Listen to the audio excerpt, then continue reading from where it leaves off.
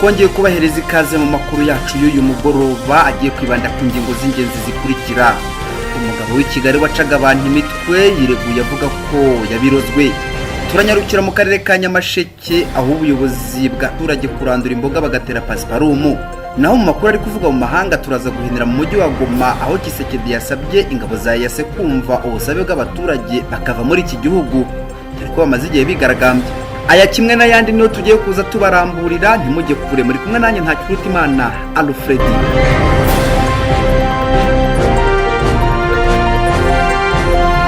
Twongeye kubahereza ikaze mu makuru yacu arambuye. Polisi y'u Rwanda yerekanye Hafashimana Augusto uzwi nka Yusufu ukekwaho uruhare mu kwica abantu batandukanye muri Kigali abaciye imitwe.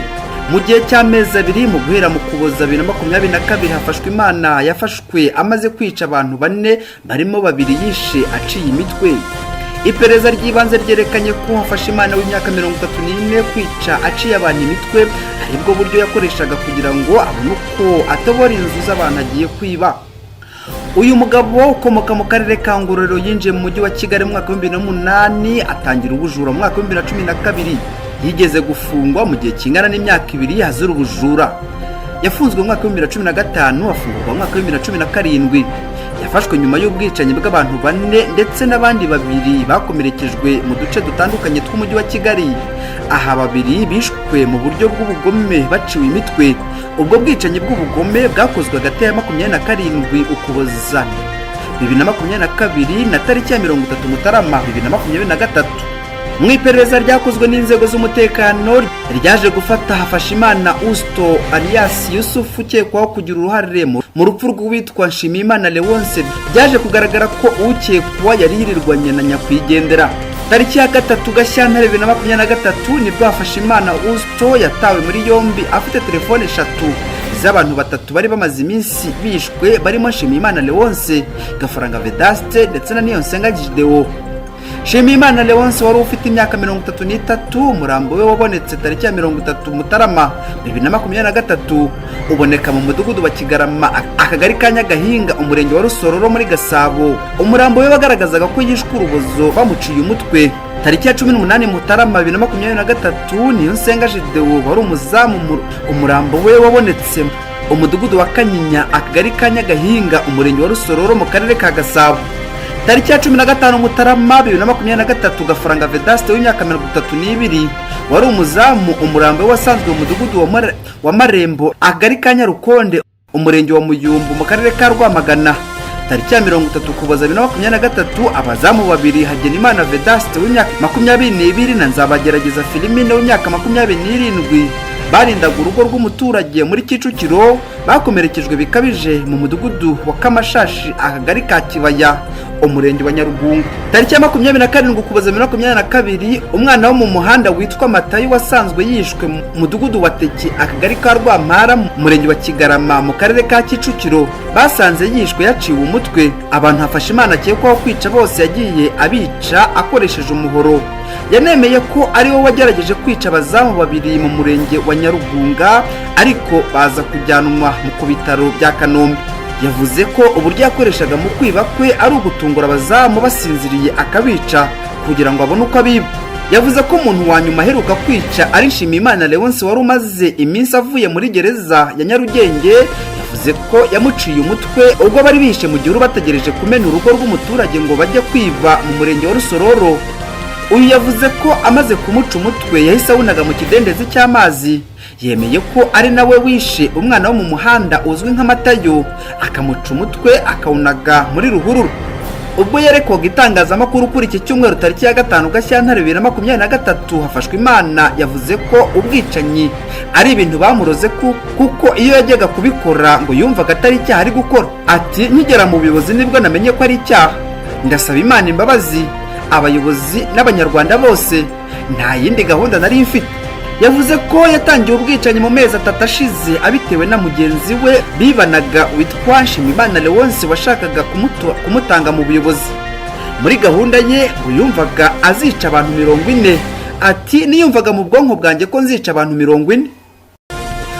Abajijwe uburyo yamenye ko ari ibisazi kandi ataravuwe yavuze ko yigeze kujyanwa mu rusengero bakabimubwira.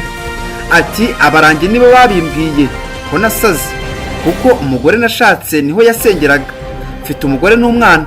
Hafashimana yavuze ko yicaga abantu basinziriye kandi b'abazamu babiri nabaciye imitwe mbajugunya mu mazi manini, niko ibisazi byanjye byabaga byantegetse, ariko nageze mu buyobozi birashira. Kugeza ubu Hafashimana niwe umaze gutabwa muri yombi kuri iki cyaha cy'ubwicanyi cy'ubugome. Icyakora polisi ivuga ko hari abandi bakoranaga mu bijyanye n'ubujura. Reka tunyarukire mu ntara y'Uburengerazuba, aho polisi ikorera mu karere ka Rubavu ku mugoroba wo kuri uyu wa gatandatu yarashe umusore ukekwaho ubujura isasu rimwe mu mutwe ahasiga ubuzima. Uyu musore utaramenyekana imyirondoro yarasiwe mu mudugudu wa Nyaburanga akagari ka Ntengo mu murenge wa Gisenyi. Yarashwe nyuma y'uko we na mugenzi we bateze uwitwa Byiringiro Dani bakamwambura telefone ngendanwa. Uyu Byiringiro yagundaguranye n'ukekwaho ubujura abifashijwemo n'abaturage bahuruye baje gutabara. Abari aho byabereye bavuga ko ubwo polisi yahageraga ahafatiwe ukekwaho ubujura yari afite icyuma yanakebye urutoki rwa Byiringiro. Yarashwe urusasu rwo mu cyico ubwo yageragezaga gutera icyuma abarimo Tubanambazi Eric na Gasana Anastase bari bamubujije gucika. Umuyobozi w'akarere ka Rubavu Kambogwe Ildefonse yemereye itangazamakuru ko uwo musore yarashwe. Yagize ati inzego z'umutekano iyo zirashe umuntu zikamurasira aho ngaho ni raporo nanjye bampa. Ikiba gisigaye umuvugizi wa polisi ahita abikubwira neza. Icyakora ikinyamakuru Umuseke dukesha iyi nkuru cyagerageje kuvugana n'umuvugizi wa polisi y'u Rwanda CP John Bosco Kabera kuri telefone ariko ntibyakunda. Abaturage bo mu karere ka Rubavu bavuga ko babangamiwe n'abajura, basaba polisi ko yakora umukwabo wo guhiga abandi basigaye. Mu batunga urutoki harimo abiyita abuzukuru ba shitani bayogoje abaturage, basanga abantu mu rugo bakabatema cyangwa bakabazirika biri mu nzu byose. Umurambo w'ukekwaho ubujura bivugwa ko aherutse muri Transit Center wahise ujyanwa mu bitaro bya Gisenyi.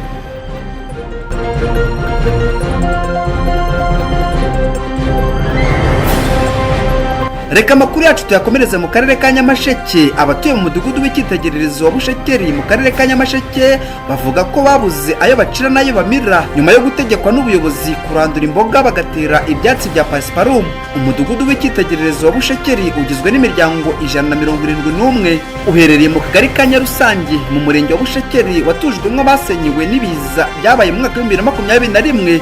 Abatuye muri uyu mudugudu bavuga ko bugarijwe n'uruhuri rw'ibibazo birimo n'ibyo baterwa n'ubuyobozi busa n'ubwabatereranye.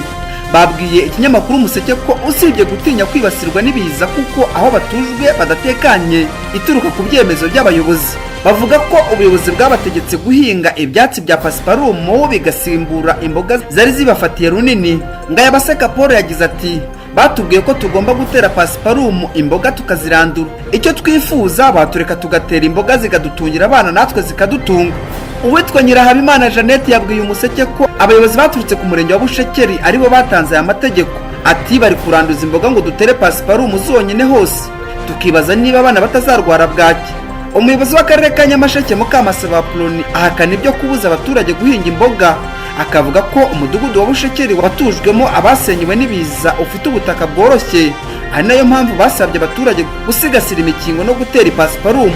Nta muyobozi wigeze babuza guhinga imboga, icyo twabasabye ni ugushyigikira imikingo. Twifuza ko buri mukingo w'inzu waterwaho ibyatsi bigaburirwa amatungo, nibyo turi gukorana n'abaturage. Meya Mukamasaba avuga ko atari ibyatsi bya pasiparumu bizahaterwa gusa ko bateganya no kwashyira imifuka ikajya ishyirwamo ibitaka bigaterwaho inshinge mu rwego rwo gusigasira imikingo ngo itagwira amazu. Yasabye abaturage guhinga imboga no kwibuka ko akarere kabo gafite ubutaka bworoshye, ko ingamba zo kurwanya isuri zigomba kubahirizwa.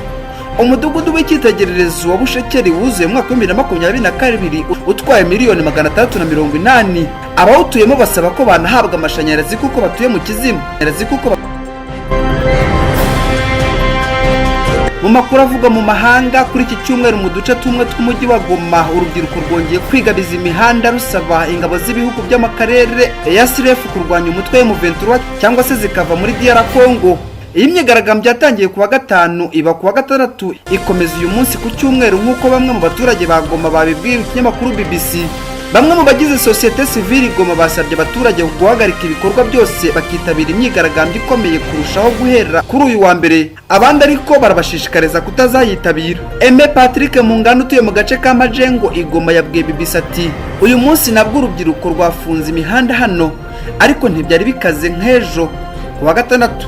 Aba banyakinya nibo biganje mu ngabo za EAC, nibakorere icyabazanye cyangwa batahe. Iyi myigaragambyo irimo kuba mu gihe umwe mu myanzuro y'inama y'abakuru b'ibihugu yabereye i Bujumbura kuwa gatandatu yasabye ibihugu byose bizatanga ingabo muri uriya mutwe guhita bizohereza na DR Congo guhita ifasha Uganda na Sudani y'Epfo kohereza izo ngabo. Izi ngabo zifite inshingano zirimo kurwanya imitwe yose yitwaje intwaro mu ntara ya Kivu ya ruguru.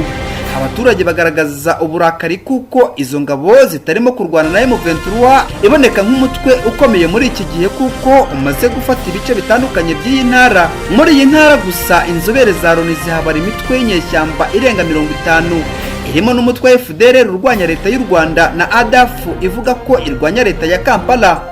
Mu gihe inama y'Ibujumbura yari isoje imirimo yayo kuwa gatandatu, Perezida Felix Tshisekedi yumvikanye aganira n'umugaba mukuru w'iriya mutwe w'ingabo z'akarere General Chef Nyagayi, asa n'umubwira ko ababajwe n'iyo myigaragambyo ibamagana.